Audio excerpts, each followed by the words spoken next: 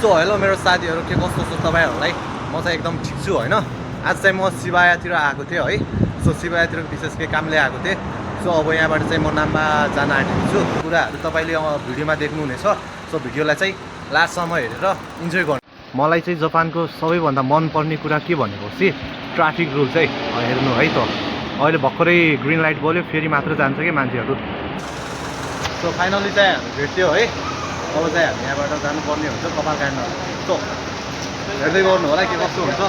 आज final look चाहिँ मेरो दोस्तको कस्तो हुन्छ अहिले चाहिँ यस्तो लुक छ है अब फाइनल लुक चाहिँ कस्तो हुन्छ सो त्यो भिडियो हेरेपछि थाहा हुन्छ है त ल सो अहिले चाहिँ इसो गाँसी नै छ यतातिर उहाँले चाहिँ कपाल काट्ने सो अहिले चाहिँ इसो गाँसी नै छ सो अहिले चाहिँ बिजी भएर हाम्रो कपाल चाहिँ काटिएन है सो अब चाहिँ हामी यता नाममातिर एकछिन डुल्छौँ या त्यही हो हाम्रो कुरा चाहिँ है अब चाहिँ हामी नाममा डुल्छौँ मेरो साथीको आङ्गो नि बनाउनु पर्ने छ त्यो बनाउँछौँ उति बेलासम्म अब नाममा चाहिँ जाऊ भनेपछि जाओस् न भिडियोमा केही अरू ह्यापी राइट या एउटा काम चाहिँ भयो कपाल काट्ने भनेर आएको अब हाङको चाहिँ भन्यो 40% complete. It takes 5 minutes. तो ओमाइमास I think दो खाने भयो दो सो अब हामी चाहिँ यहाँ यतिकै बस्नुभन्दा दो खाने भयो